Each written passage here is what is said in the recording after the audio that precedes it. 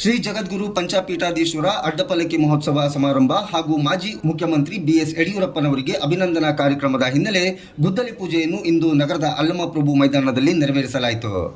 ಇದೇ ಮೇ 17ರಂದು ಫ್ರೀಡಂ ಪಾರ್ಕಿನಲ್ಲಿ ನಡೆಯಲಿರುವ ಕಾರ್ಯಕ್ರಮದ ಗುದ್ದಲಿ ಪೂಜೆಯನ್ನು ಮಳಲಿ ಮಠ ಹಾಗೂ ಬೆಳಕ್ಕಿ ಮಠದ ಸ್ವಾಮೀಜಿಗಳು ನೆರವೇರಿಸಿದರು.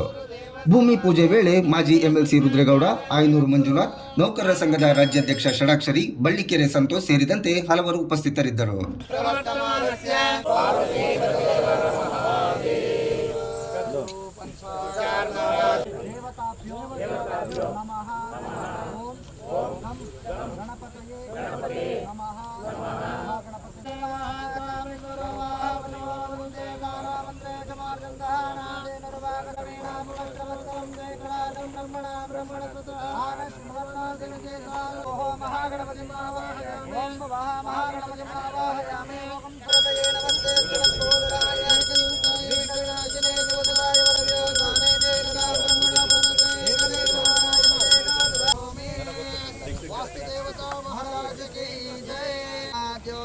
न्तरिक्षं यत्वा उपस्थिते देव्यदिदेज्ञमन्नादमन्त्रमुक्तः देवताभ्यो नमः आवाहयामि स्थापयामि पूजयामि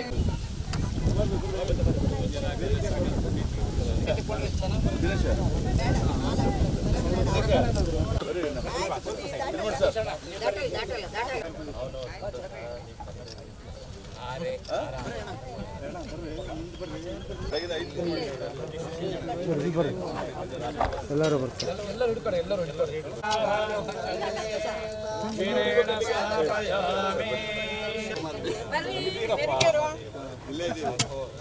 ಹಾಂ